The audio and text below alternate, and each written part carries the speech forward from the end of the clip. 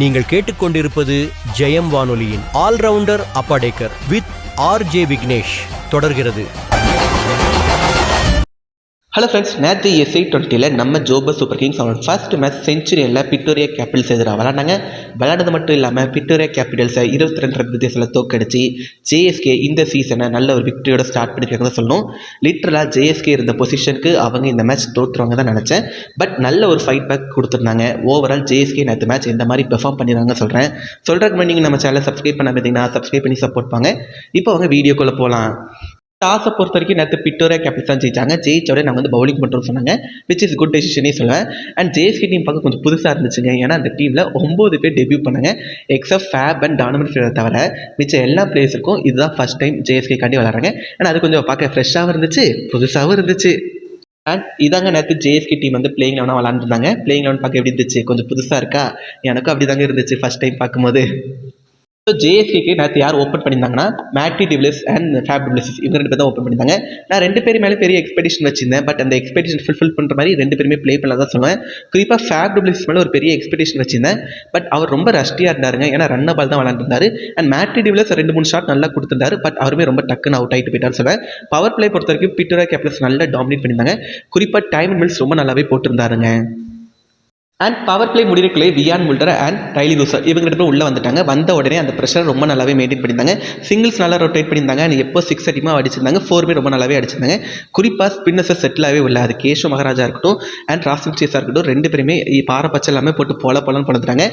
எனக்கு Viaan Mulder and Rilee Rossouw இவங்க 2 பேர் பேட்டிங் ரொம்ப பிடிச்சிருந்துச்சு. குறிப்பாக ரைலி ரூசர் பேட்டிங் ரொம்ப பிடிச்சிருந்துச்சுங்க. ஒரு 48 ரன் கிட்ட அடிச்சார். பட் ஒரு க்ரூஷியல் ரன்னாக பார்க்குறேன். நான் அதே மாதிரி நம்ம வியான் முல்டரும் ஒரு 40 ரன் மேலே அடிச்சார். அவருமே ரொம்ப நல்லா பெர்ஃபார்ம் பண்ணியிருந்தாலும் சொல்லுவேன். இவங்க 2 பேர் கிடையாது அந்த பார்ட்னர்ஷிப் எவ்வளோ டெவலப் பண்ணியிருந்தாங்கன்னா 78 ரன் கிட்ட அந்த பார்ட்னர்ஷிப் டெவலப் பண்ணியிருந்தாங்க. என்னை பொறுத்த வரைக்கும் அந்த மேட்ச் வினிங் பார்ட்னர்ஷிப்னே சொல்லுவேன். உங்களுக்கு அடுத்து பேட்டிங் விளையாட வந்த சிவம் ரஞ்சானே அண்ட் டான்வன் ஃபிலா இவங்க 2 பேராலையும் அந்த அளவுக்கு கான்ட்ரிபியூட் பண்ண முடியல தான் சொல்லுவேன். ஒரு கட்டத்தில் ஜேஎஸ்கே வந்து 150 மேலே அடிப்பாங்களான்னு யோசிக்கும் போது அகில் ஹுசைன் வந்து அவர் பேட்டிங்கில் ஒரு 22 ரன்ஸ் அடிப்பாருங்க. அது ரொம்ப க்ரூஷியலாக இருந்துச்சு. அதனால தான் ஜேஎஸ்கே வந்து 167 ரன் அடித்தாங்க. அண்ட் 168 டார்கெட்டாக வச்சிருந்தாங்க பிக்டோரியா கேபிட்டல்ஸ்க்கு. ஸோ பிக்டோரியா கேபிட்டல்ஸ் 160 ரன் சேஸ் பண்ணுற கட்டி வந்தாங்க. அண்ட் சேஸ் பொறுத்த வரைக்கும் பிக்டோரியா கேபிட்டல்ஸ் ஓப்பனர்ஸ் ரொம்ப நல்லா ஸ்டார்ட் கொடுத்தாங்க. பவர் பிளே ரொம்ப நல்லாவே யூஸ் பண்ணியிருந்தாங்க. பவர் பிளே முடியும் போது அவங்களோட ஸ்கோர் எவ்வளோவா இருந்துச்சுன்னா 48-0 இருந்துச்சு.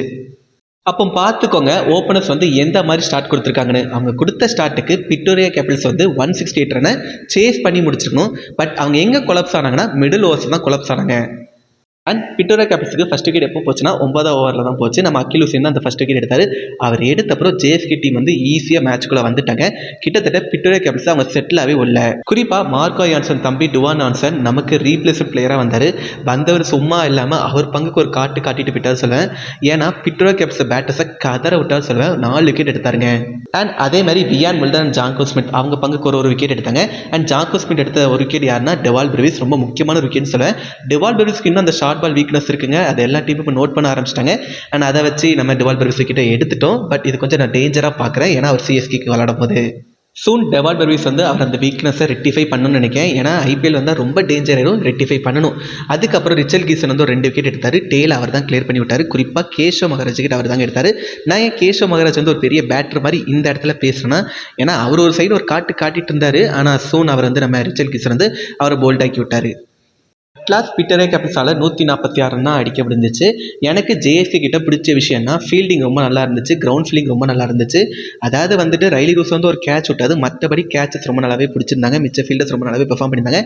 அதுவும் ஃபேப் டுப்ளெசிக்கு 41 வயசு ஆருங்க. ஆனால் அவரை பார்த்தா 41 வயசு மாதிரிலாம் இல்லை, இன்னுமே என்னமா கேட்ச் பிடிக்காது. அதுவும் கடைசியில் டைம் மினிட்ஸ்க்கு ஒரு கேட்ச் பிடிச்சாருங்க பாருங்க, வேறு லெவலில் இருந்துச்சு. ஜேஎஸ்கே டீம் நேற்று என்ன தான் 168 ரன் அடிச்சிருந்தா கூட ஜேஎஸ்கே டீம் ரொம்ப நல்லாவே ஃபைட் பேக் பண்ணாங்க சொல்லுவேன். ரொம்ப நல்லாவே டிஃபெண்ட் பண்ணியிருந்தாங்க.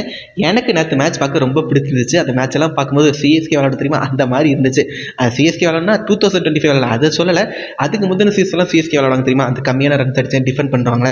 ஸோ அதே ஃபீல் தான் எனக்கு இந்த மேட்சும் தந்துச்சு. அண்ட் நீங்கள் நேற்று மேட்ச் பார்த்தீங்களா, உங்களுக்கு அந்த மேட்ச் இந்த மாதிரி எக்ஸ்பீரியன்ஸ் தந்து சொல்லி கீழே கமெண்ட்ல சொல்லுங்கள். அண்ட் மறக்காம சேனலை சப்ஸ்கிரைப் பண்ணி சப்போர்ட் பண்ணுங்கள். பாய்.